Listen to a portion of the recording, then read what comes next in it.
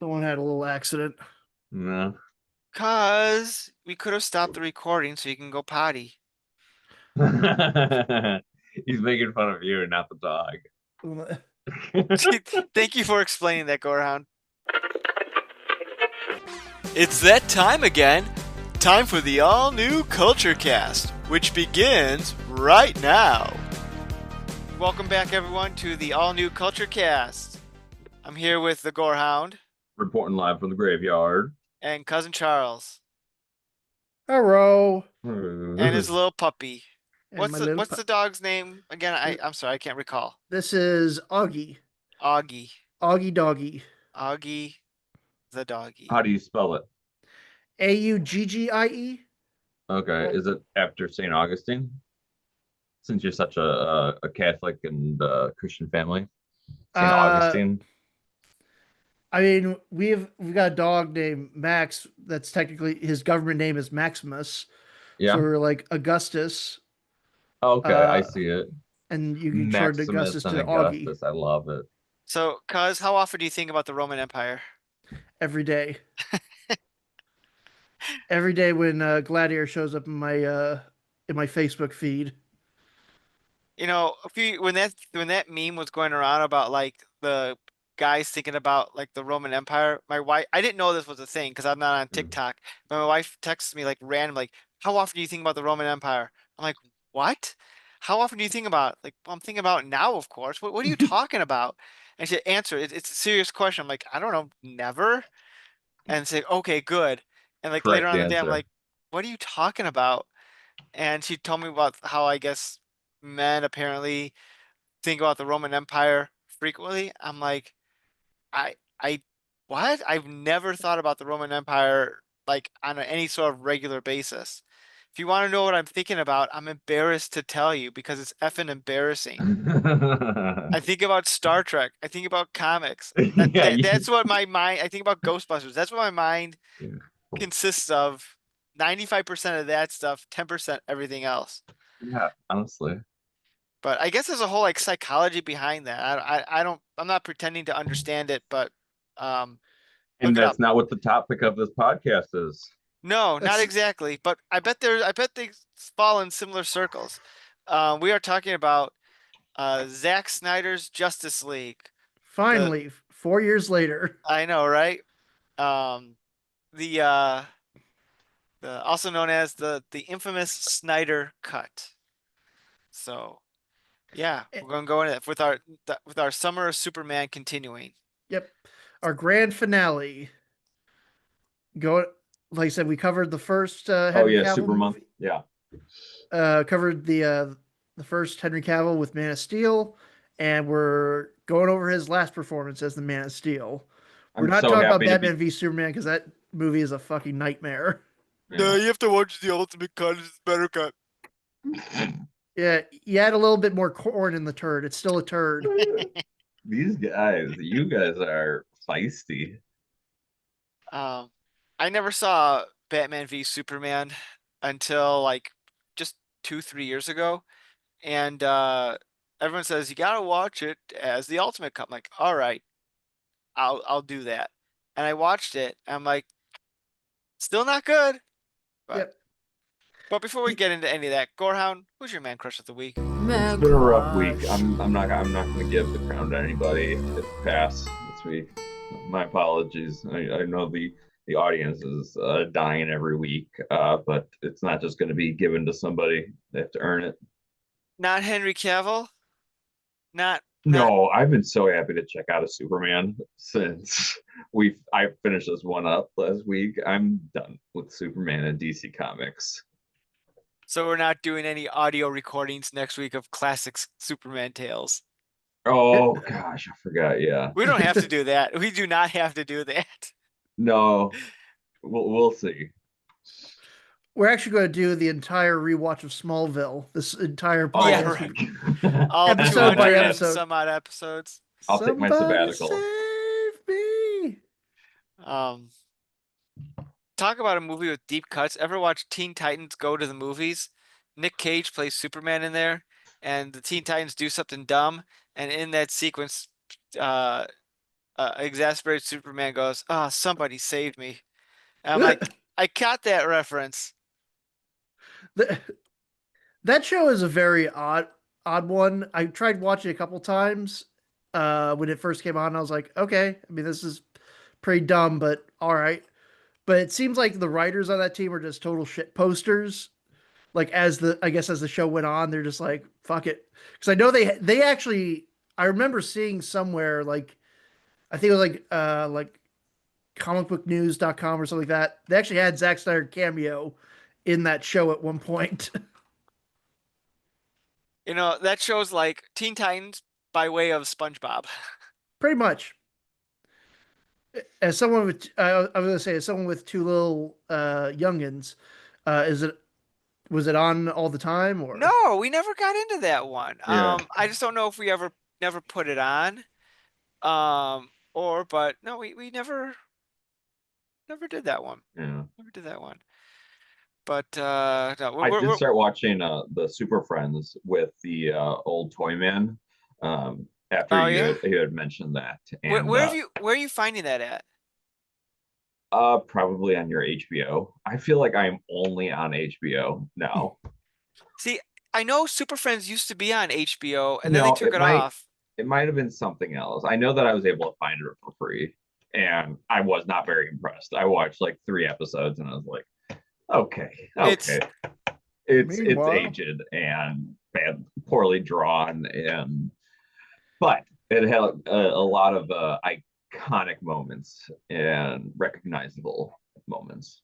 that cartoon from beginning to end lasted like 15 some odd years. It's the you should Wikipedia and read the entry on the Super Friends Yeah, no, because it I'm is already done with it. fascinating.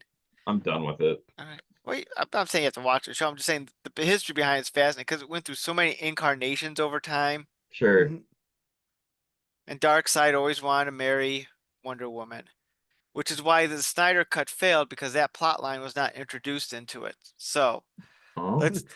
oh, I like Yes, that the film was spin. lacking. The film was lacking in plot lines. Uh, Um. All right. Quick. Um. I'm sure there's a term for this. Hot seat opinion. Gorehound, Snyder Cut opinion. What do you got? Yay or nay? Pass. Can't pass. Yay or nay? No, like nay, Oh, nay. I thought you're like, pass. I'm not answering this question. yeah, Gorehound. Cuz. What about you? Snyder Cut. Yay or nay? like would I watch it again if it was? No, yay or No, no. nay. Do you think it was good slash enjoyable or total dreck? Uh, I'll give it a very cautious yay. I'm gonna go with that as well, much to my surprise. Cause it's my opinion of the Snyder Cut was I've seen this movie now. It's a for those who don't know. This is Zack Snyder's director's cut of the Justice League. He not infamously, but he suffered a.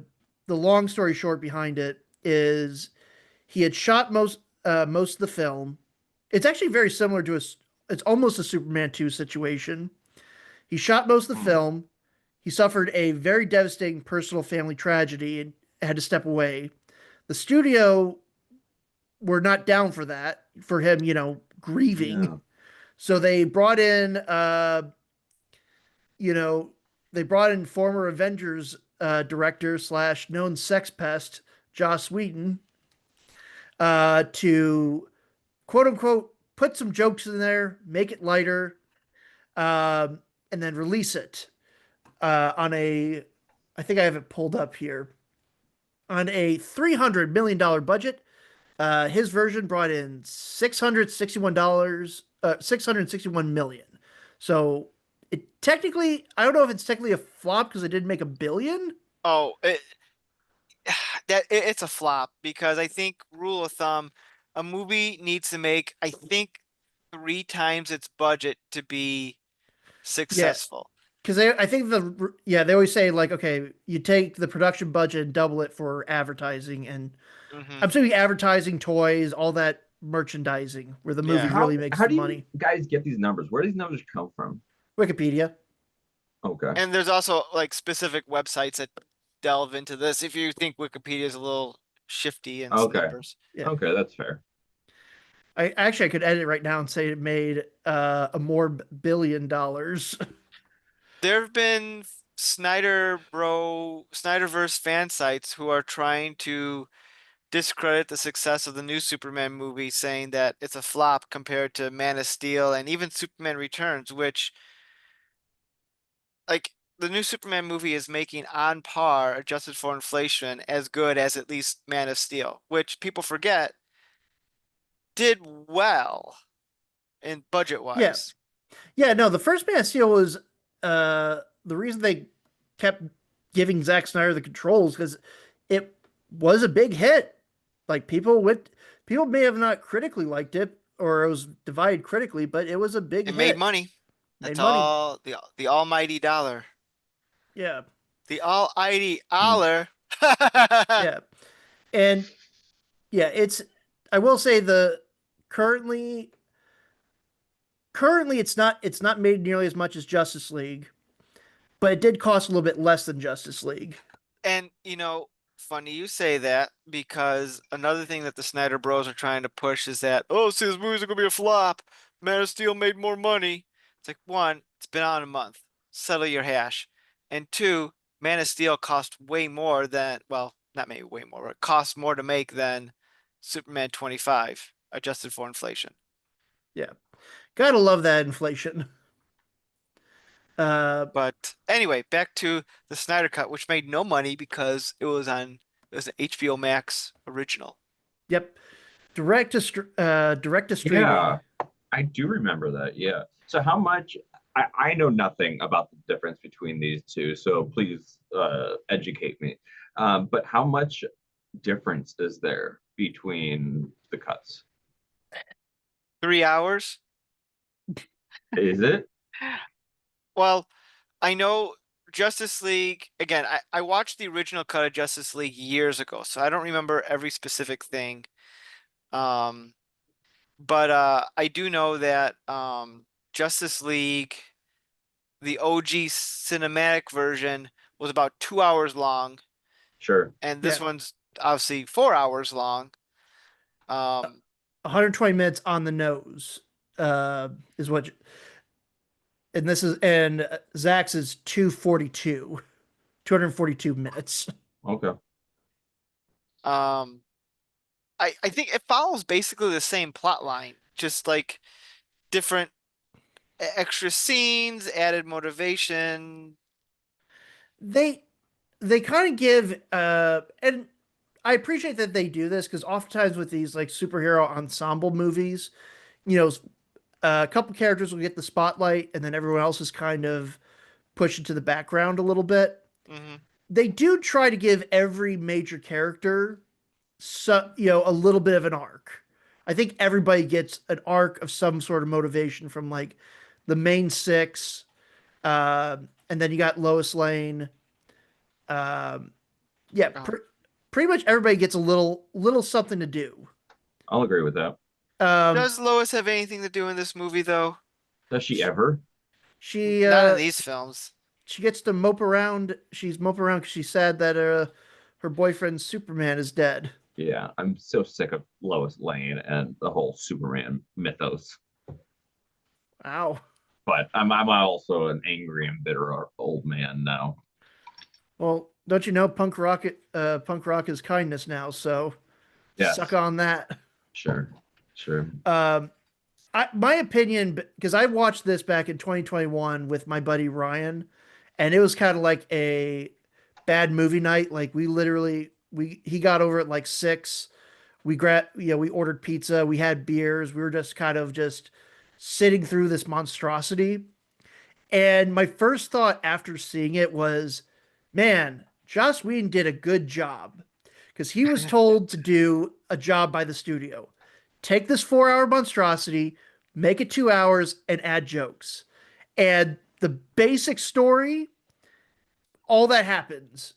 The basic story of what happens in Joss Whedon's version happens in this one. There's just extra shit tossed in there. Was anything filmed after Joss Whedon's cut came out? I'm so happy you asked that question. Take it away, Nick. You're taking a drink because this is gonna be a long rant. So, I'm gonna mute you guys for this moment. so according to initial reports, because Zack Snyder was hinting for years that the Snyder Cut exists. It's going to exist. I have it. Look here, here's pictures of it, and implied that the movie was completed, 100% ready to go. Then COVID happened, and HBO Max needed content, so they said, "Hey, Zack Snyder, let's do your Justice League. We're going to give you what, like 20 million or something like that. Some, oh, No, how much was no. it? $70 million. 70. I remember some number. It was some number. $70 million, which is the price of a small feature at that time, and said finish it up. So he went back and filmed new things. Mhm. The whole ending, like the epilogue stuff, like with Yeah, like Martian Manhunter and the future Joker. stuff, Yeah, which just comes out of nowhere, it um, does. was added, and you can kind of tell it was added because Bruce Wayne, Matt Damon, Matt, Ben wrong Affleck one. looks Batfleck. um significantly different than he did throughout the rest of the movie. Um, I don't know if like yeah, I mean, people's weight and looks changed over I thought years, it so was just a different like era, like 10 years later or something.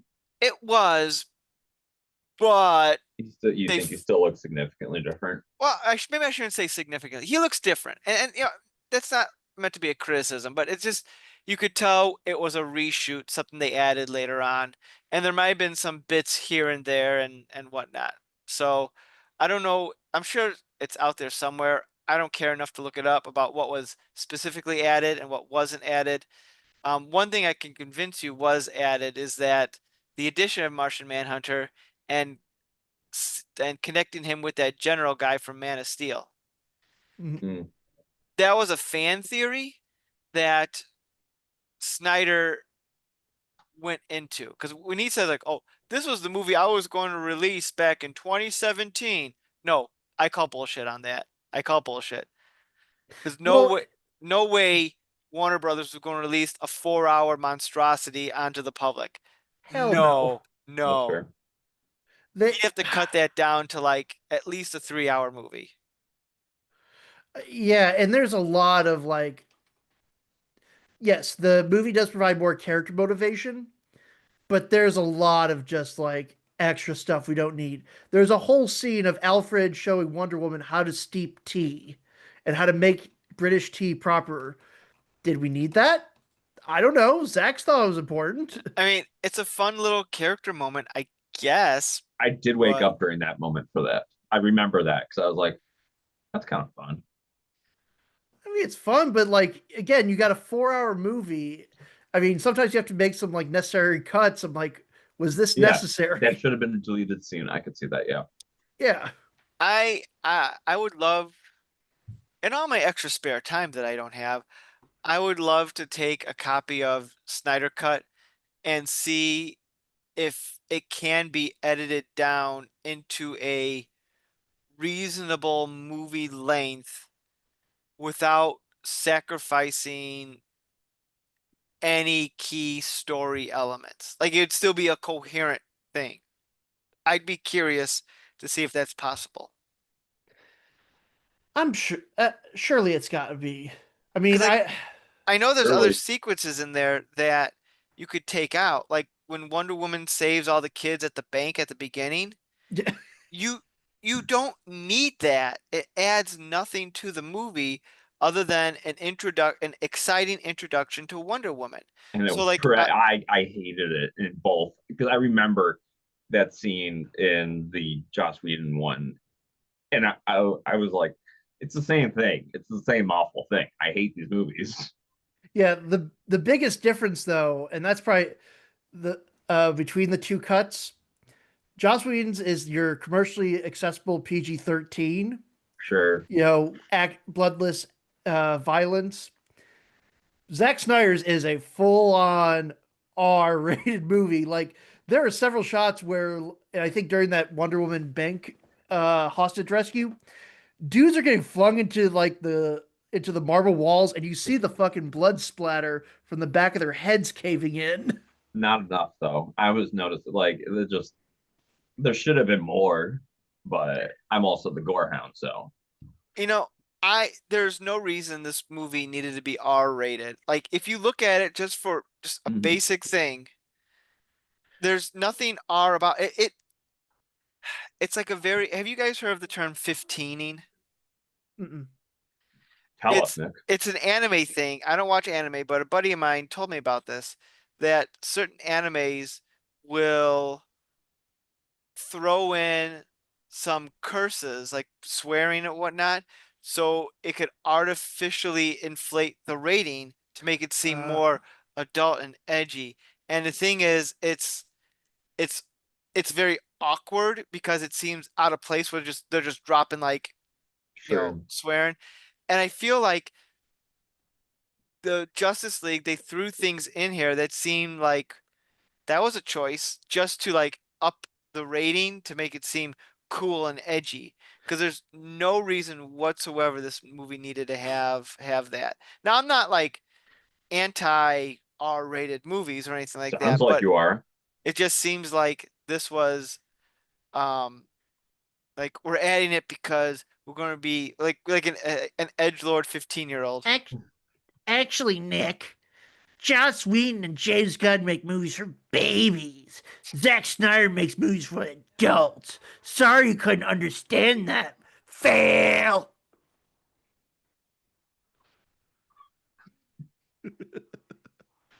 Uh, I think Zack Snyder wanted to make this movie just to have Cyborg say "fuck the world." Or yeah, I don't I know. That's prefer pretty him to much say the. booyah. No, that's a Joss Whedon thing. I think I he says know. "booyah" from Joss Whedon. Well, I guess he says that in speaking of Teen Titans, uh the TV show. I guess that's where that originally came from, one of the Teen Titans cartoons. The one that aired when I was a youngin in 2003 that I remember He said watching. fuck the world. Yeah. Oh, Wow, it was really something edgy for Cartoon Network at the time. okay. No, but you honestly, now that I think about it, you could probably take that statement of "fuck the world" and apply that as the thesis statement for the entire trilogy of Zack Snyder's DC work. The entire DCEU could be summarized as "fuck the world" Yeah. because the world is awful, it is terrible, and I guess we have to save it because Oh, I mean Superman will do it. that's the thing that I brought up last week, is that these films are very nihilistic, and like that's not these characters. Like Superman is not a nihilistic character. I saw a meme recently that someone posted from Batman v Superman, where Superman says something along the lines of the world doesn't allow for good people. And it's like, dude, you're fucking Superman. You're supposed to believe in good in everyone, no matter what. that's the one thing that James Gunn Superman has. He is a very much a very good person. Throughout that, motherfuckers saves crypto even though he doesn't like him. Saves a squirrel, and he feels bad when the falafel guy gets whacked by Lex Luthor. James Spoilers. Gunn is Guardians of the Galaxy too, right? Yes, Yeah. Okay. yes, he did both. He did all three Guardians actually, Yeah. because you mentioned two. I felt that vibe. I think Yeah. he meant TOO. Oh, I thought he meant TWO.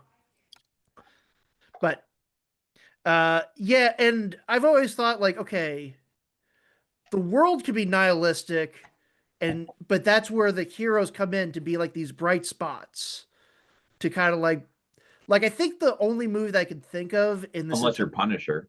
unless you're Punisher. Well, I mean, his bright spots are putting a slug through Is not killing you. Yeah. Well, I think that puts a smile on his face because again, the Punisher is not supposed to be a role model. People, Right. please stop putting his logo on police cars. Um, but no, what I was getting at, the only movie in the DCU that I've seen that kind of fits what I was sort of describing is probably the first Wonder Woman movie. Yeah. That's I had to watch that war scene of hers after the intro to this movie just because I was like, I have to remember like why do I like Wonder Woman again? Because none of this was selling her. And then I yeah. watched that war scene. I was like, yeah, that's why I like Wonder Woman. It's a shame that the sequel that it Wonder Woman 1984 was a I don't know where the fuck the sauce got mixed up because it's like the first movie was just a perfect little kind of like Yeah, origin action adventure movie starring Wonder Woman. yeah, Like it had a great it had a different setting from her traditional origin. It had a unique look to it. It was really good. And then 1984 came along and I don't know, that was a fucking mess. yeah. Like Uh, I wanted to like it so much, but it was just like, what is this? yeah, but yeah, let's. I think it's time we address the elephant in the room since we brought up Gal Gadot. Oh yeah. I Hell think, no. yeah, I think Gal Gadot would have done great in the silent era of movies. I think she looks great on film. I think if you could like dub her over with somebody else, Yeah, because I don't think she can. I'm not sure she's a good actress or not. I think she's a very beautiful. I think she's a very yeah. beautiful And she wears actress, that costume so well. so well, Yeah, and looks great. Chopping dudes' heads off with her sword. Love it. But anytime she has to speak with like conviction, yeah. it just does not work. She's fine in this kind of role. Gal Gadot I equate her as being like an Arnold Schwarzenegger. Not a good actor, but a good movie star. Like you know what you're going to get when you go in there. Um, Okay. No, no, that's fair. So like Mm, Schwarzenegger did like Jingle All the Way. So what is Gal Gadot's Jingle All the Way? I don't let's. know. Has she done a Christmas movie yet? I'm sure she has like because I want to like her, but like I don't want to watch any movies with her. You don't have to like her. I'm just that's I just my want to. take with her. I don't know. Did you ever see the movie Red Notice with Ryan Reynolds and The Rock? No, should I? I mean, for a straight up adventure movie, it's fine. It does the job. What What's weird about that? Let's side table this conversation for later because I do want to delve further into that. Let's see. She was in she actually had a voice acting role in the Breaking Bad or not Breaking Bad, Wreck-It the Ralph. Wreck It Ralph sequel. Yeah, True. Ralph breaks the internet. Uh, Of all the Disney movies to give a sequel to, why Okay. Wreck-It Ralph? How about Cyborg? I felt like Cyborg just had the worst CGI, and just I hated hearing any bit about his story. Um, and I just don't feel like he was popular in the comics, and he was just brought in. He had way too much story time for what I understand to be his part in the Justice League. Is that I fair? so couple of things on that. Number one, I agree with you that so much of this movie was bogged down with him being a sad sack. fuck the And world. I know that he's going through some stuff. I get that he's not having a great time, but it just bogs the movie down. It's kind of like I don't want to do this. I don't want to do this. Okay, Honestly, okay, I'm going to do this. and nobody wants him. Well, Just like And you have like they one job. he's I don't know enough about Cyborg in the comics about how he what his powers can and can't do, but like I feel like the way he's portrayed in here, he is way overpowered. Like he can just like go literally in the internet and do Yeah, whatever. Yeah. that's the way I understood it. I think from what I understand, because I'm kind of in the same boat where I have a tangential knowledge of a lot of newer comic stuff. I think the cyborg that we see is based on the New 52, which I think one had him not as part of the Teen Titans, but as part of the Justice League, Yeah. and two, hit unlike where it was just like, hey, I got into an accident. My dad's a roboticist, so I'm going to use robot parts to bring him back to life. Here, he's merged actually with a mother box or technology from Apocalypse to kind of. Yeah. Because I he at that time, I know what you're talking about. At that time, he can create his own like boom tubes, I yeah. guess. And but with the gag being that like every 50th one automatically takes him to Apocalypse. Or something like that. But yeah, Wait, so his body was part of the the trifecta of cubes? in the comics, I don't know if that's like that in um the movie, but Right. it's heavily implied that what the body that they used was based off what they learned from Okay. the mother boxes. Okay, so Yeah. maybe a replica, maybe a portion of it. They used the power of the mother box to give Cyborg a new body. The Just power like Sure. of the I sun in the in the palm paw. of my hand. Yeah. Amen. But yeah, as Cuz mentioned in one of DC's many reboots, Cyborg became a founding member of the Justice League. Yep.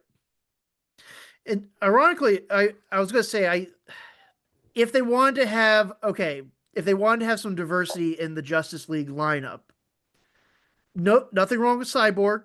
He's a pretty well known character, but you already had kind of a character that I think a more younger generation of comic readers would have responded to, and that would have been John Stewart's Green Lantern, because he was the Green Lantern for my generation from the Justice League cartoon. Which so that's applying to both the New 52 and to this film as well. The only thing is, I guess they didn't. I don't know how they would work in a Green Lantern character, given the story they were trying to tell. Yeah, I mean, Cyborg was just there to like control the mother box, to right? separate the unity. Right. Like Was Superman was doing it a little bit. So But Cyborg was connected to the Unity, so he could be able to take it apart. yeah, dude, there must have been some other like I understand like he's a founding member in the comics, but like he's just annoying as shit and just get off the screen and show us like Batfleck more. Was there, I can't remember, in the flashback sequence, was there Green Lanterns that popped up during that flashback sequence?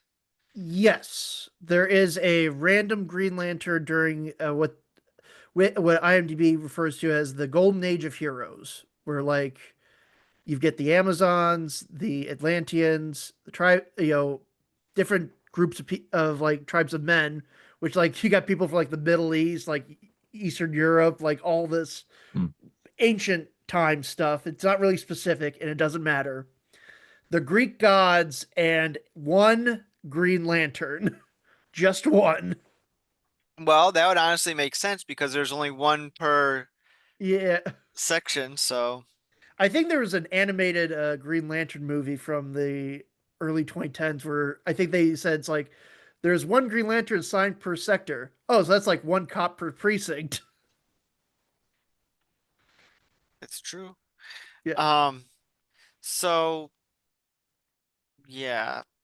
Oh, going quickly back to that opening sequence that Gorehound loves so much with Wonder Woman, like Hell no. when see this is where I'm wondering like what can you take out to make this movie like manageable? Uh would you like you could take that out, but then you wouldn't have like your introduction to Wonder Woman. And like it's like one of those like I just think the where's your scene was balance? awful in all Well, aspects. I'm Just there may be.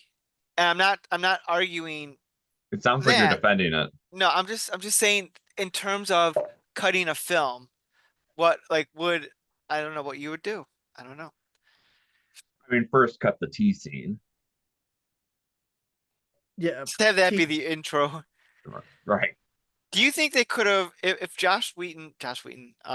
Zack Snyder went like didn't have to leave the project or was fired from the project, depending on which whatever you want to believe. yeah. Um, if he's like, here's my finished film, 4 hours, have at it, and uh, Warner Brothers were uh, like, do you think they would have been open to releasing it in two parts? I would say they would probably have to. Like realistically, if Yeah. like going back to 2017, you got this 4 hour monstrosity. They're like, okay, we're gonna cut this into two parts. The only thing that I'm struggling with is where do you end part one? Maybe I after would they say have that first battle with Steppenwolf's goons with the underneath Gotham's, Harbor, yeah. but because I would say if it was up to me, I would say, oh, you end it after the Superman fight, right? Like, but Oh, that yeah, but happens that'd be like like then it'd be like a 3 hour movie and a 1 hour movie. Yeah. that's what I was gonna say. Like structurally, that would make sense. Like, oh, that's your big kind of like that's like Or Thanos snapping. or you would cut it where, and again, I don't know how well this would work. You would cut it where they realize we could resurrect Superman and leave that being like the holy Teaser. shit, they're gonna do it. Yeah. Then your intro of the move. Then your intro of part two is the heroes doing doing a little tomb raiding, digging up. And I did they ever explain why they had to not they had to dig them up like at normal human speeds and not at like just like super fast. Don't question. And I Like love how they Mm. have like the Cyborg and in Flash do Flash. it when they had Yeah. like Mm. Wonder Woman who's super strong and Aquaman who's super strong to like, Yeah. do this. Because I know Flash is fast, but is he like strong? I think he gets maybe some strength from just like sheer momentum because he's moving at like ridiculous speeds. I think that's where his like strength comes from because he's moving so fast. He can just kind of like objects almost seem like they're weightless. I don't know. I don't Mm. think he's technically super strong in the comics. I just think he's just really, really, really fast.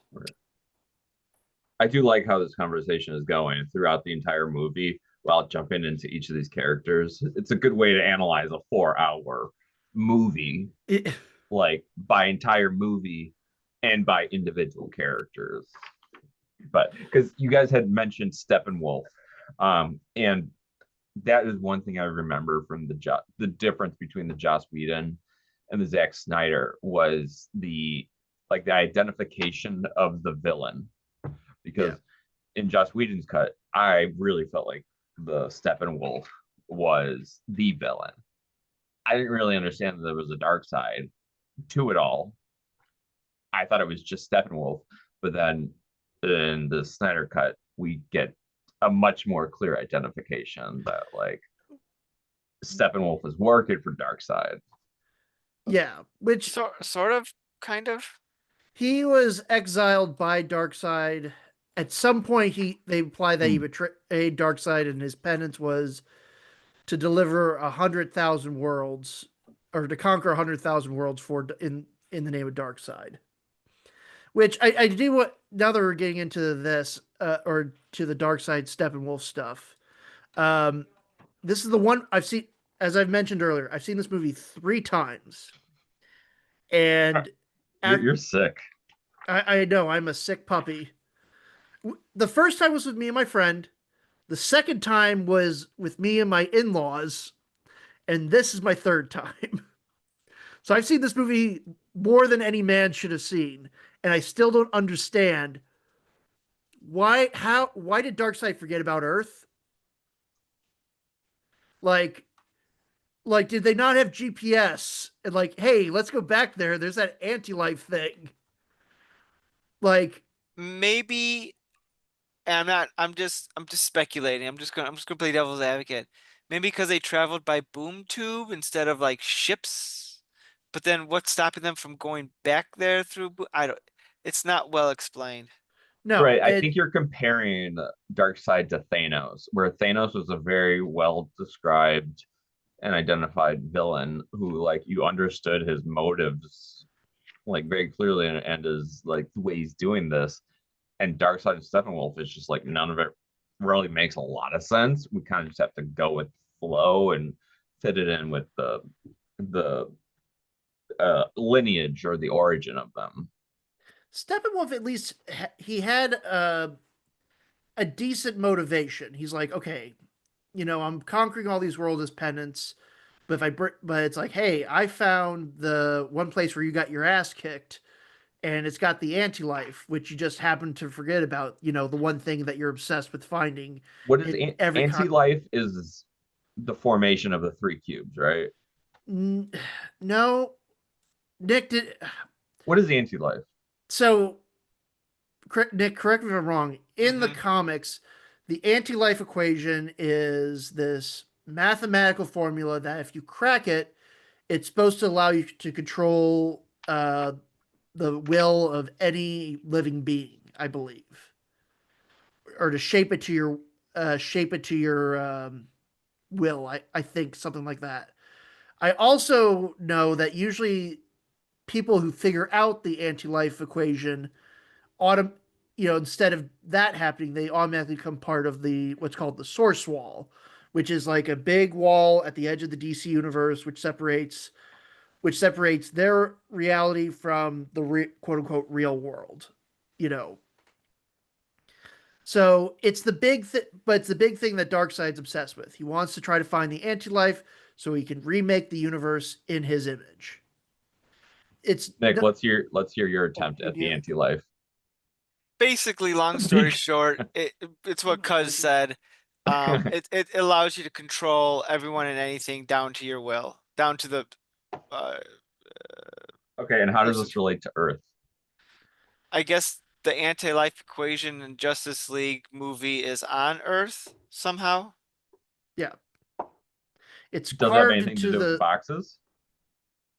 So You guys understand that, like, the this is a very boxes, confusing it aspect is. of. Okay, They threw way too much in here. cool. The boxes, when put together, would destroy Earth, like change it, like terraform it, make it look like a shitty place. And then which, then falls under Darkseid's rule. Yay, he has another world to his empire. Amen. But then when Steppenwolf was like checking shit out, he somehow, I don't know if it was a vision or what, it was a little confusing, discovered that the anti-life equation is on Earth. And like, yeah. holy shit, this is that place we were at like a bazillion So years is it like a ago. cave painting? It was like, was it on like the ground or something? I don't know. It was carved into the earth somewhere on planet Earth. The cave painting was That underneath like is the Parthenon or that something like that. explanation makes me angry. No, it's Why it's pretty what stupid. specifically? It doesn't make any sense what it is and like how it relates to the movie. Like, why can't it just be that, like, Steppenwolf is enslaved to Darkseid and Darkseid is like, go get me the three boxes. And so Steppenwolf was like, I gotta get you the three boxes. And that seems like plenty enough for a story for me. It, in many Yeah. ways, it should be, but it's Fair. not. Yeah. And the whole anti-life thing could have been removed from the story, and I think it would have been a bit You, more simpler enough. you wouldn't have missed out on anything had they. Okay, so there's something they could take out of the story. Although I guess the only thing it does, and the way the story is presented, it makes Darkseid more interested in Earth. Yeah, No, like which the boxes are sufficient. Like, he needs the boxes from Earth. which is weird because if I remember the comics, like yes, the mother boxes are living computers, but they're also like they're not rare. It's not like, oh, these are the only three in existence. Like I think every one of the new gods or people in Apocalypse have like a mother box or something like that. Let's move on from anti-life. What else? Martian Manhunter. We briefly talked about it before, but Yeah, his seeds, he's got two seeds in this movie, and neither one of them make any goddamn sense. I thought it was just the end. No, no, no, no, no, no, no, no, no, Or no. the other When scene. when Clark's mom goes to see Clark, There, you go see Lois Lane, goes to see Lois Lane, Oh yeah, she turns into him for some reason. yeah, which is so weird because it's like the scene is set up as just like a heart to heart between a grieving mother and a grieving like partner or a grieving girlfriend, and it's like very sweet. Like Lois, come back, come back to living. You can't just be. You have to move on. And then it's like, okay, that's very nice. Then it cuts to Martha Kent outside the apartment. Her eyes glow freaking red. She transforms not only into yes. Martian Manhunter, but then into the General. And then the General says, "The world of the living needs you, Lois Lane." Like, what? Why? Why did we need that? Like, You literally could have had Martian Manhunter show up at the end as the General to Bruce Wayne's house and then reveal that he was an alien. And it would have been just fine. but it also brings up a lot of like questions because clearly this was a late ad. I don't care what anyone says, this was never part of the plan. Zack Snyder gave into a fan theory. But if he was an alien and Martian Manhunter, um why didn't he do more to help with the Zod invasion? Why was he Yep. so like anti Superman's an alien, we can't have that sort of thing? It's Sure. He's it doesn't make, projecting. I guess it's dumb. It's so dumb. Well, and for the uninitiated, like Martian Manhunter is not a pushover. Like I think he's like one of the strongest characters in DC. Like He's he basically a Superman clone. yeah, more or less but with the extra caveat of shape shifting, intangibility, and mind No control. pants. No pay. Uh it's got the well, like I said, he doesn't even wear clothes, he just shapeshifts clothes around him. That's true. That's how you do it, man. That's the way to be. The Martian's got it all figured out. Yeah. But yeah, yeah, it does raise up several questions like, hey, we could have used like two superpowered beings during the Zod invasion. Um, Like hey, one could have been Metropolis and stopped so much destruction, perhaps, whereas the other one would have been on the other side of the world. yeah, or hey, Steppenwolf is deciding to invade. Why not show up and help? Hell, why didn't you show up when Doomsday showed up and was wrecking Metropolis? There's so many moments of like, why weren't you there? Because I guess he just felt the time wasn't right. The CGI budget wasn't ready. I don't know. What was the reason for Fantastic Four? Hmm? Like, why didn't Fantastic Four help out with Thanos Because in the new movie? they're on a different Earth. Yeah, Oh, okay, gotcha. different Earths. Yeah. Welcome to Earth. So, but yeah, very much a like again. I'll, I guess we can give credit. Like, cool that Zack Snyder acknowledged the fan theory and made it canon, but it doesn't make. But you're right, Nick. It does not make any sense when you look at it from a larger storytelling perspective. Like, Uh, because you just don't understand. It's deep and it's meaningful. He couldn't reveal himself to the world, otherwise he'd lose his position in the government, and that wouldn't be good. So he had to stay, and he didn't know if he could trust Superman. It's deep writing. he's Hashtag restore to Snyder first. there. I think there's a quote from Zach somewhere. I'm trying to pull it up, but I think there's a quote from him saying where he's like, yeah, this is meant to be, the end of my run, but still open if Warner Brothers ever changes their mind.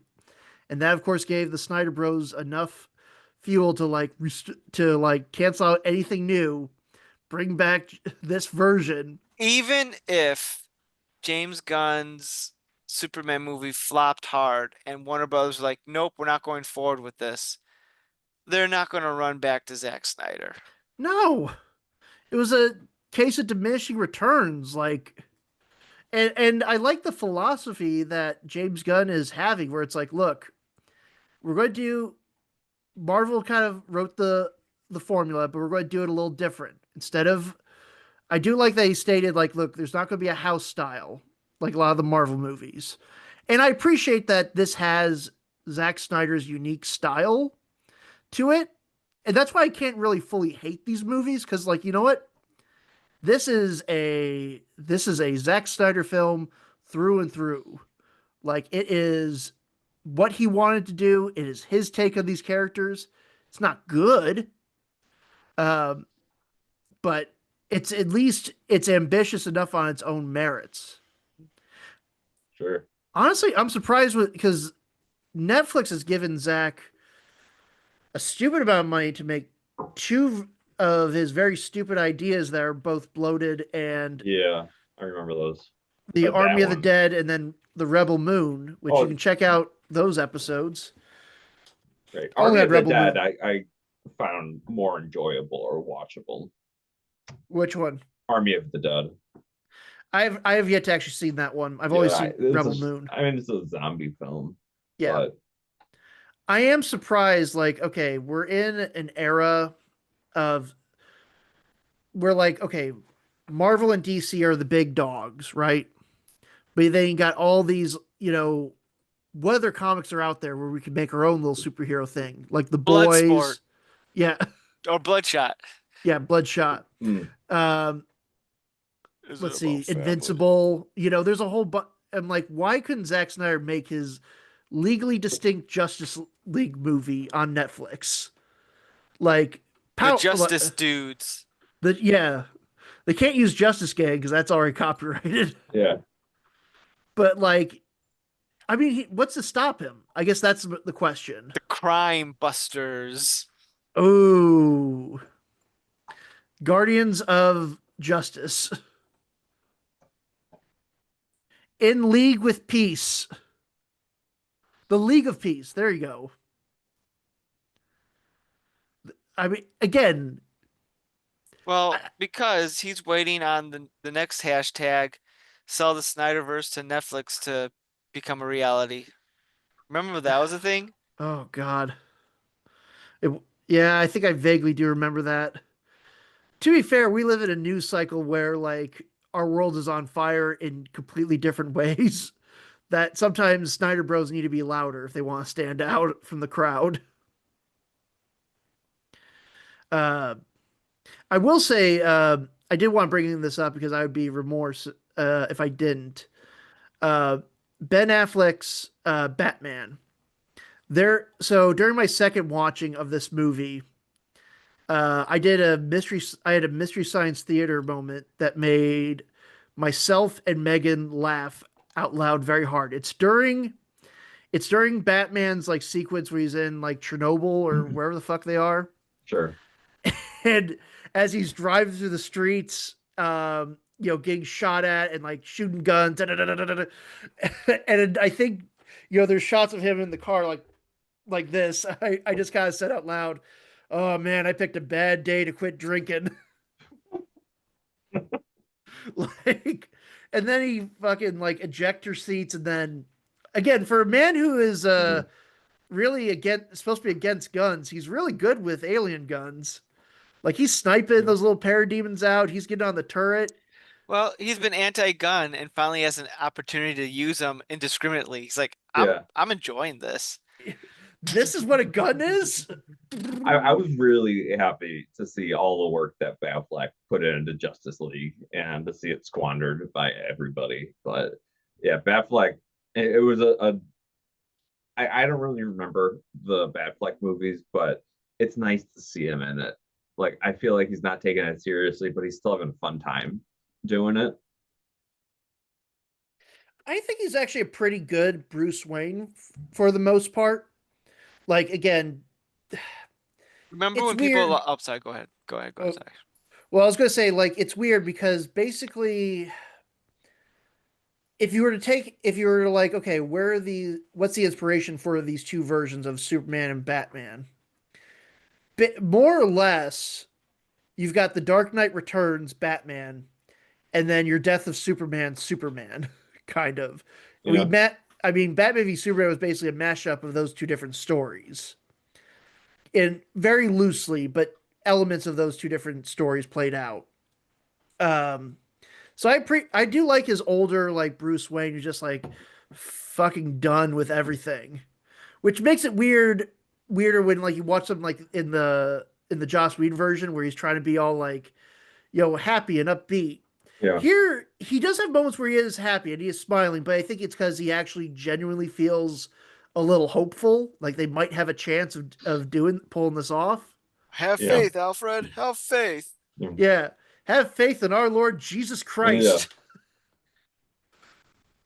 Uh, I moving to Ezra Miller. oh God, yeah, let's get into that train wreck. I thought he was one of the more pleasant aspects of this movie, just because he was so lighthearted and just so his story was just so encapsulated so well. And it Because might you enjoy cults and holding people hostage. honestly, because I was like, he is a bad guy, but like I can't like boycott every single actor. And I'm like, he's fun. So I liked his aspect. He I, is nothing like Barry Allen from the comics. Nothing. Oh, I can imagine. Like, you know what? If they said he was Wally West, who's another version of the Flash, that personality fits Wally West way better. then More, Barry. yeah, because Barry's more of like Barry's a square. He just kind of like he has his like little crew cut, and he's like, "Yes, sir, we're going to do the right thing today," kind of thing. Wally West is a little bit more like he's jokey. He goofs around. He doesn't take things Mm. overly seriously. Like his version of that would be, yeah, they should just call him Wally West. I I think that's kind of happened. Did we say something when we talked about the CW Flash where it's like I feel like we brought that up that We their may version of have. Barry Allen has very much like a Peter Parker kind of more of a Wally West vibe. Which again, it's not a bad vibe for the Flash, but it's just, it I just think kind of people is. are so adjusted to the Justice League cartoon Flash from like Mm, the early aughts, I mean, that where was he was like the joke, he was the joking, goofy kind of guy, and that's in a lot of people's minds that cemented that personality. yeah. I mean, it did for me. I mean, I'll say that. I don't know what Barry Allen's personality was supposed to be like, but I knew Wally West's personality was like that. But uh, another positive I do want to give to this movie because there are some things I did um, like going back to Ezra Miller's Flash, that sequence which is again entirely unnecessary, where he saves. I guess that's supposed to be Iris West that he saves from that car because the truck driver was trying to reach for his hamburger off the dirty cab floor. Yeah, Like, brother, just forget it. If It's my food's gone. if my food's in the ground like that, especially in a work truck, fuck, I'm not grabbing that. I'm not putting it back in my mouth. Just like, What do you ah, mean?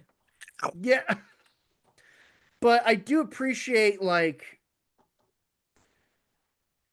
I don't want to say the fine line. No, I'll call it a fine line between like, okay, how to realistically depict these powers, but also without like the blood and gore of like you pick someone up at super speed and they just turn to jelly. Like I do like where he's like again he turns and his shoes just like disintegrate. yes, He touches the glass and it's like almost a liquid until it like shatters. yeah. Like there's some cool visuals they got for these characters' powers. Snyder is a good visualist. Yes, he's got a good eye for iconography, like that. Again, it's stupid, but like where Aquaman is, he's going on the pier, he's got throwing back the rum, and then there's like the Mhm. Oh waves God. crashing. It looks cool. I think it's supposed to. I just think it's neat. What about speaking of Aquaman, Jason Momoa? How are Yeah, we feeling on Jason Momoa? Do we want Momoa of Momoa? I don't know what I'm talking about. well done, Nick. Try Well to make done. something happen. Uh, yeah, no, I always thought his Aquaman was fine. Yeah, It's supposed to be kind of like Thor light, sort of, that sort of like sure. barbarian warrior type that's, coming down to help. And seeing how they include the guy who could just talk to fishes is pretty well. Like at the end, it was like, how are they going to use the fish man in all of this? And then using him with Cyborg at the end, that was pretty fun. My And man. My yeah, man. like it was so dumb, but I was like, you got to try something. And Yeah, like it works. Aquaman's powers did not come into play at all, other than like Right. his fighting and strongerness. Physi- I Right. I will say Strength. it. I was thinking about this because it is like the film kind of ruins the idea of why there needs to be a Justice League with the Superman fight because he is, more powerful than all of them put together. But I was thinking about it like, they actually have like that team of four superpowered beings have some pretty effective counters to Superman. Like, and I can name like just top of my head. The Flash in comics is canonically faster than Superman. On Uh, land, but not necessarily when Superman's flying. I guess. But option two, Cyborg has sonic cannons, and it's been shown in a couple comics that usually high frequency sounds can sometimes disorient or confuse Superman. Again, it's not a perfect counter, but at least it's something that they didn't use. And lastly, Superman is weak to magic, and both Wonder Woman and Aquaman's weapons are based in magic. So in theory, like Aquaman's trident should have been able to like actually hurt Superman if he was able to like, stab him with it. But Sure. Wonder Woman used the her lasso on him and did nothing. Yeah, that's where I'm like, Mm. the lasso should have done something. Hashtag trash writing. You just don't understand it. The genius is Zack Snyder. See, Superman's mind wasn't back yet, so the magic couldn't hurt him because he didn't realize he was Kryptonian, didn't know he had a weakness to magic. That's why it doesn't work. Don't you understand? I think this is the most accurate thing the comics ever. Holy Very shit. good. Nick, thank you for showing us your true colors. Well, it's not hard. I mean, It's not, you sheep just want like whiz and bangs and jokes, but you don't care about deep storytelling now. That's what Zack Snyder gives you. But you want James Gunn, and his movie didn't make money, so he's done. Gunn is done. Back to Snyder. you're like one of those little monkeys that Lex has. I I have a brain trust of 1,000 monkeys on 1,000 typewriters, just feeding shit into the internet. I love how that movie just unapologetically a comic book. Yes, very much so, and it's wonderful to see. There's no like, look how stupid this is. There's Hmm. no like Ross, get a load of this guy, Yeah. Are you fastest referring man to the new one? alive. Are you referring to the new Superman? Yes, Yeah. Okay. which I would say is probably honestly compared to a lot of these movies have been kind of dog shit. Like a good majority of them. Uh, Yeah. I would say compared to like what's came before, I'd say James Gunn probably is again probably second best or at least pretty close with the original 78 film in terms of just being very enjoyable and not really. I found the movie to be super shit. Yeah, super, he hates that name. Uh, no, this movie is super shit, and it's 4 hours of super shit. So Um, I know I've been ragging on it a lot, and I have to say it's not terrible. It's entertaining for what it is, honestly, and so many Snyder Bros who are probably not even listening to this, Mhm. it reminds me of a short arc of a CW TV show Yeah, where the characters are just sort of there. The plot doesn't quite always gel together, but it hangs on enough to where, all right, I'll see what the next episode is. I'll see what the next episode is. Um, and it has like some neat action scenes and some fun character play. Am I going to watch this again anytime soon? Probably not. But Um, for having all of the characters together, you can't just half-ass it. I mean, I'll agree with that, but you know, maybe I'm just so not disillusioned, but so tired. yeah, maybe that's the right term. It just it it's just, oh, another team up with the superheroes. Okay. Like for me, Mhm. the gold standard for the DC universe adaptation is the um what do you call it? This Is this that episode of the DC, Smallville? yeah, no, the DCAU, like the Yeah, everything from Batman animated series to Justice League Unlimited. Like that was a good show. And you know, Justice League Unlimited started without any of the other characters other than Superman and Batman introduced. And you got to know them right then and there, which is, I yeah, always, when they say like the DC was going to suck because they weren't introducing the characters of their own films before they had the team up film. I disagree with that assessment, and I will always point to that as being a successful guy that you can do that. But yeah. And I think like everyone just shows up in the pilot of Justice League. Everyone just kind of shows up organically. Like yeah, it doesn't feel forced. Like it's been a while since I watched it, but yeah, I feel like it just, yeah, it makes sense. ironically enough, the pilot for because again, this was my childhood like show growing up. The pilot for I'll that be is right also back. an alien invasion um, by the White Martians. Yep. So little, which I get it. Zack Snyder wanted to get into New Gods because the New Gods are cool. He's not going to use some like lame second tier alien threat. He wants to go for the big dogs immediately. Right. And that's fine because I don't know what Zack Snyder's well, we'll get to that.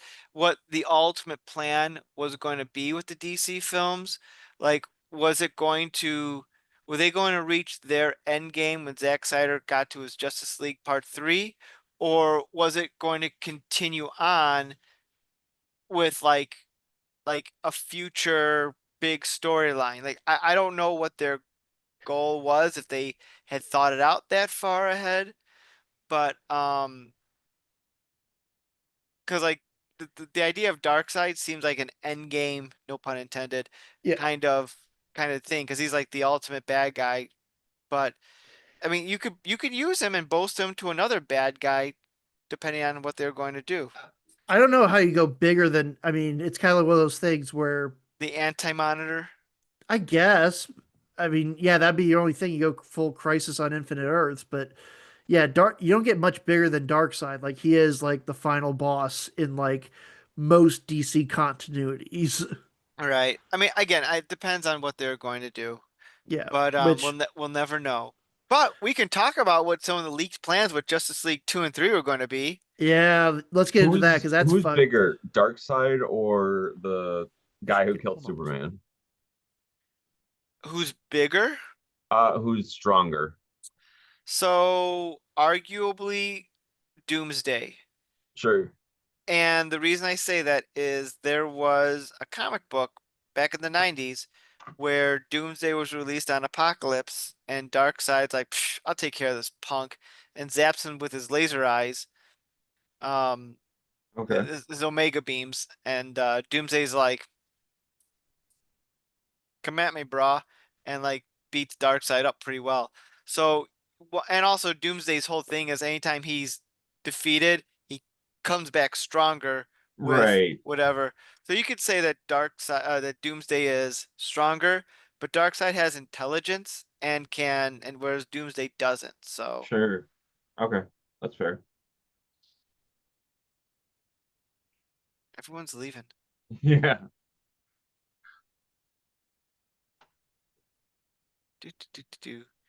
So yeah, but Gorehound, any while we wait for Cuz to come back, any and other random thoughts you have about Justice League? Zack Uh, Snyder's Justice League? I think I've covered it all. This movie was it kind of felt like a 90s action film where I was like, there's really not much All here, right. but like a lot of this is fun to watch. Like that intro to Aquaman was like he was hunky for like a straight 15 minutes and I loved it all. He's not your man crush of the week? No, I'm close to liking him, but like he's still dumb to me. So, You better get, if you're going to continue to talk about comic books on this show, you better get used to him coming back as Lobo. oh, Oh is he yeah. cast? Yep. Yeah, he's going to be in Supergirl next year as Lobo the Lobarian. Oh, Yeah. that's great. What's I mean, what's great about that whole story? I guess he's wanted to play Lobo for years, and then I think the moment they announced like officially that James Gunn and Pierce Safran were going to take over DC Studios, I think he like on Twitter like retweeted saying Lobo. I think he Yeah, texted him directly. I heard that, Yeah, but um, so real quickly as we wrap up here, I want to talk about. Do you guys know what the proposed sequels to this were going to be when Zack Snyder was thinking about making part 2 and 3? a little bit because I found a very comprehensive series of TikToks that kind of covered them. That I did share in the group chat for anyone interested. sure. Um, what I know is part 2 was supposed to be uh the Lex Luthor forming the Legion of Doom, all the villains from all the other movies to try to take down the Justice League, That's as fun. well as Lois Lane being pregnant with Batman's child. Yep. Women serve no other purpose. Supposedly, and this is so fucking dumb, when Superman was dead, and it's hinted at in the Snyder cut, uh Bruce Wayne and Lois Lane had a affair, and Yeah. Bruce Wayne knocked her up.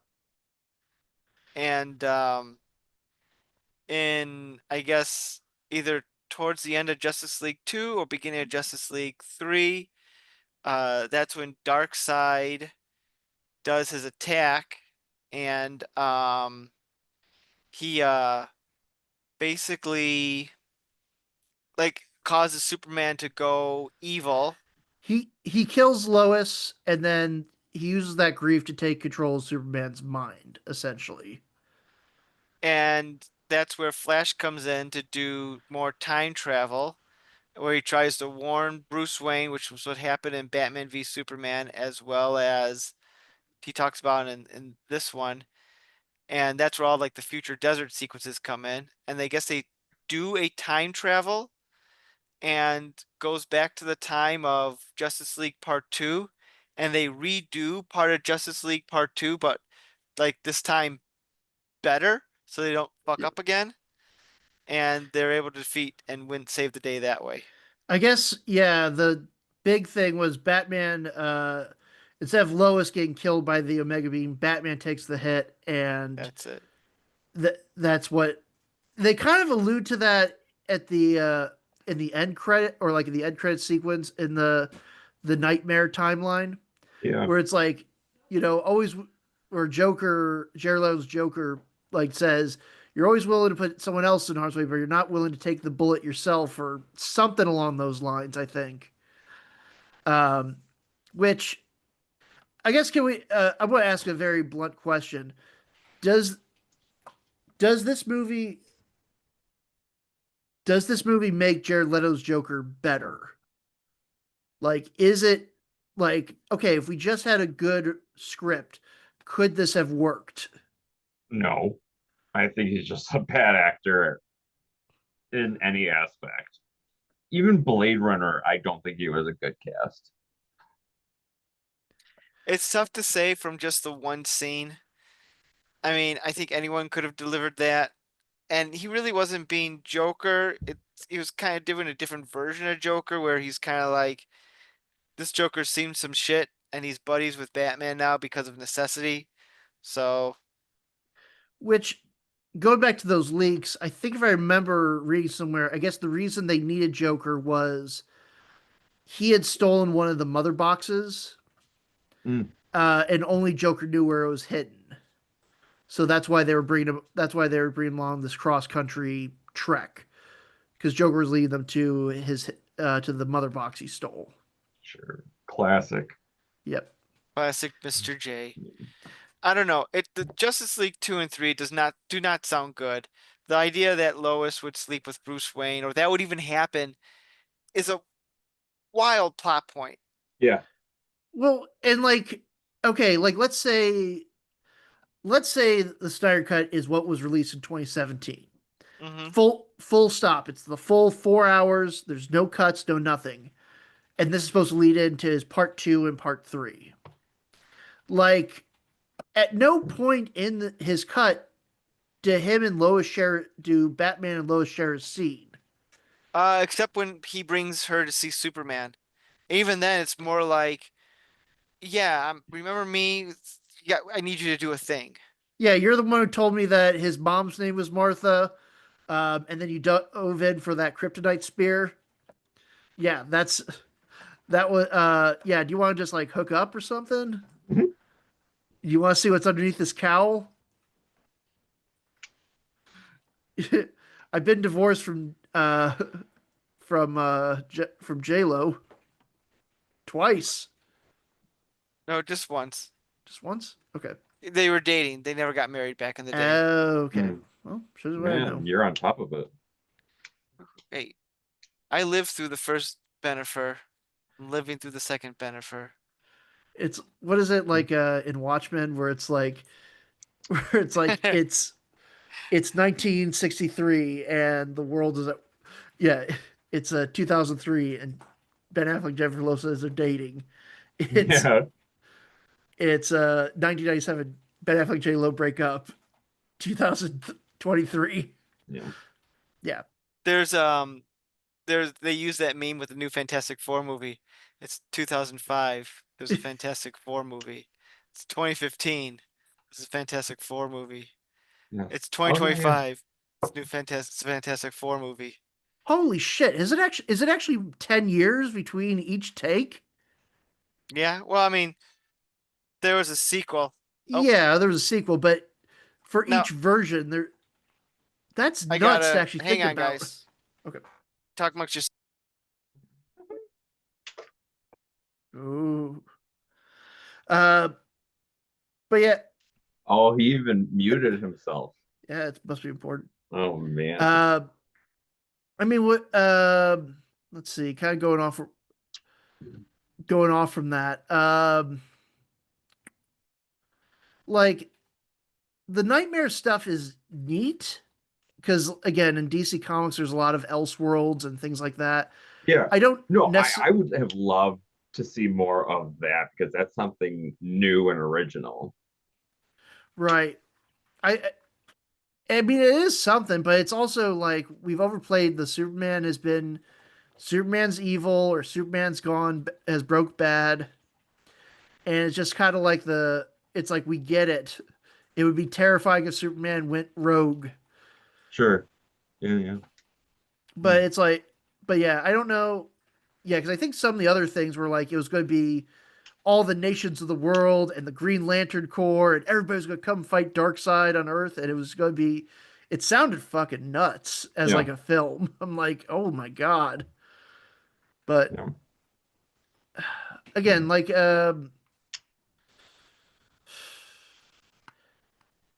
it is yeah, it is good. It is not even good. It's watchable, it's serviceable, it does what it needs to do. Yeah, I was telling Nick that it's like it's a 90s horror. It's a 90s action film that like there's just not much story to it, but it's fun to watch. Yeah. And the graphics are worth noting. Yeah. I will say yeah, I think the for it being a recut, a basically a $70 million overhaul on a pre-existing movie. Like most of the graphics look pretty good. Like I really like Steppenwolf's redesign. I think that's neat. I think Was it's it definitely. changed? Oh yeah, it's a lot different Oh, from Joss Whedon to Zack Snyder. Like okay. I think Zack Snyder's version is a lot Because more it's all alien. CGI, they could Yeah, change it. Yeah. yeah, it's not like. But so I do like that design. But then during like when Steppenwolf is attacking the Amazons, who, by the way, in all these thousands of years that they had to prepare for the return of somebody to claim these mother boxes, didn't really seem to have the best plan for it. Um, but there's a scene with the Amazons on horseback that looks like they're out of the PS that were generated by the PS2. Sure. Like uh it's very noticeable there, but for the most part, visually the movie looks great. And I did want to bring this up earlier. This is my not so hot take, but I actually really like, even though even though it's not my cup of tea, I actually kind of like the Snyderverse designs for these DC characters. Not because they're like super realistic or anything, or not that they're the comic book brought to life, but they are a unique look for these guys that we really haven't seen before. Sure. So I do enjoy. That is another thing I did want to give props to. I did like the look. Maybe Cyborg was probably the weakest one, but to be fair, he's mostly CGI and kind of like Yeah. jagged. Right, right. So I'm looking at Steppenwolf in the comics, and he looks a lot more cool Mm-hmm. in the comics. And yeah, I can see the differences between the Steppenwolf. That is pretty significant. Yeah, Hello. he's Bach. So have you just been seen awkwardly staring at the screen for the last We've been 4 minutes? we've No, been Steppenwolf. yeah, we're talking about Steppenwolf Steppenwolf. redesign between the two movies. Ah, I Yeah, couldn't even tell you what the redesign was, and I don't care enough to look it up. Hmm. he's a lot more spiky in the redesign. It's wild that they did a whole redesign. Like, was that where some of the 70 million went to? Because Zack Snyder wanted to redesign him, or did they change the design when Joss Whedon came on board? Which, like, I don't know how that works. I Like, would say probably. I would say it was probably a Joss Whedon decision, or I'd like to think it was, because it is drastically different between the two of them. Like I think Joss was trying to make him more uh, humanoid, uh, or more like, and then Zack Snyder's is like more alien, more monstrous. Like here, I got an image of them side by side. I'm gonna try to see if I can share. Let's see. Pull that up. but I am ready to start wrapping this up. Yeah. You don't want this to go 4 hours like the actual thing. It could be a commentary. That's what most of our shows end up being. It's just Uh, commentary We should actually tracks do a real commentary for this, cuz. for oh my god. Please no. You're gonna subject me to this movie for a fourth time? Oh fuck. I don't know. I mean, We'll save it for our 300th episode. I will say this: like this, I normally will try to power through movies in one sitting, but I did have to Took break me this up three. over like 3 nights. Yeah. Oh, mine was at least 4, perhaps more. Yeah. I'm I'm surprised. Like, so I watched it. I watched it, obviously through Max or HBO Max, whatever the fuck we're calling it now. Hmm.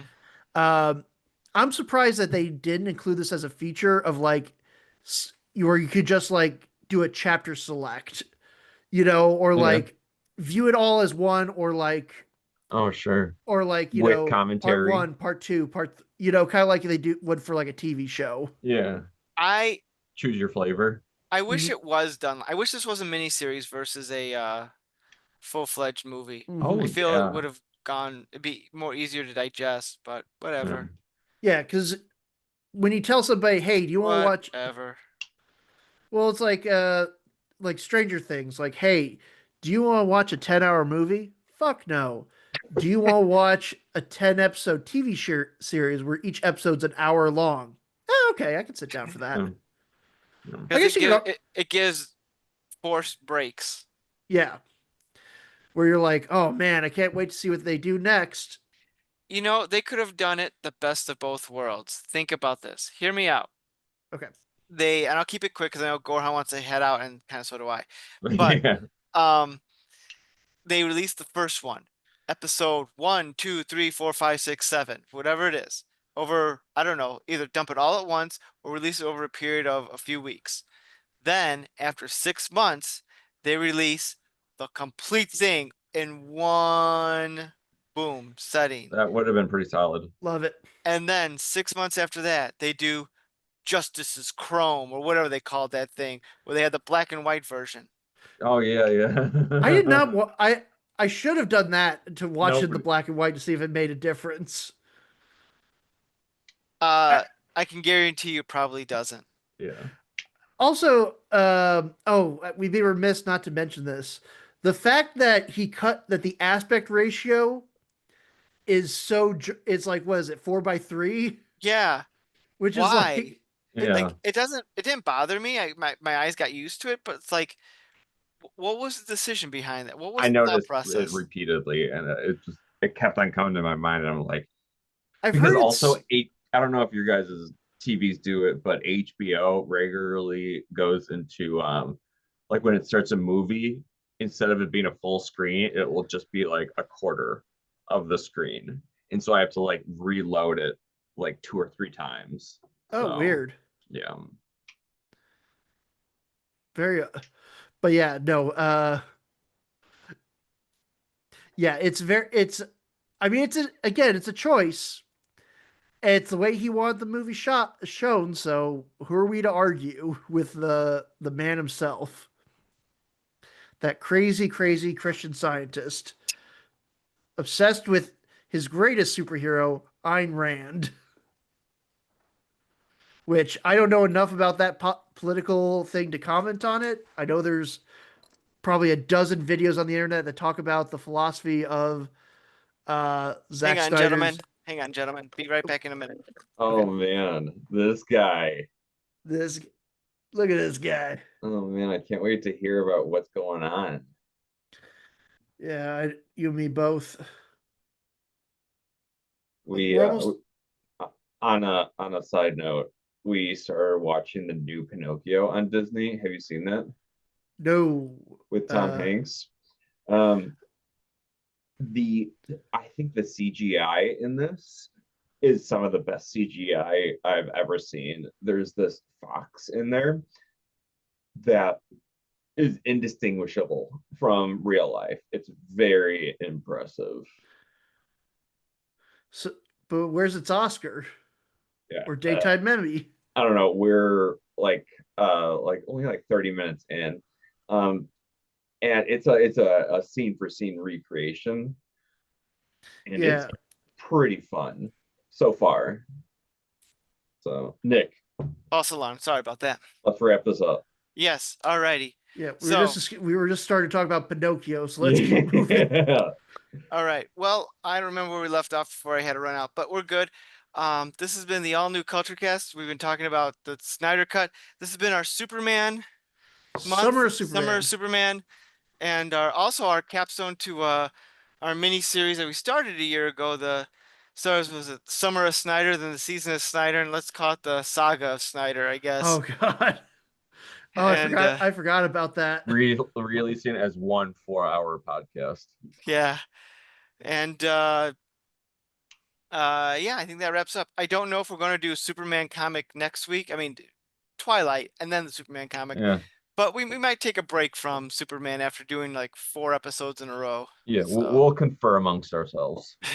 I'm ready and willing to watch all 200 episodes of Smallville. I've never actually seen it. So, All I right. have. I know you Um, have. so all right, Cuz, great idea for doing this. And Gorehound, good seeing you. Frisbee. And we'll catch you next week when we talk about Twilight. See you later, everyone. Peace. You've been listening to the all-new Culture Cast. Drop us a line at nick.culturecast@gmail.com. We can't promise we'll read it. Theme music by Dana Vodovaz. Check out their work on YouTube at Vodovaz Music Productions. This has been a Saltwater production. Thanks for listening. All right. All right. He's out. He like just bailed. All Okay. right. I'll talk Later, to you bud. soon.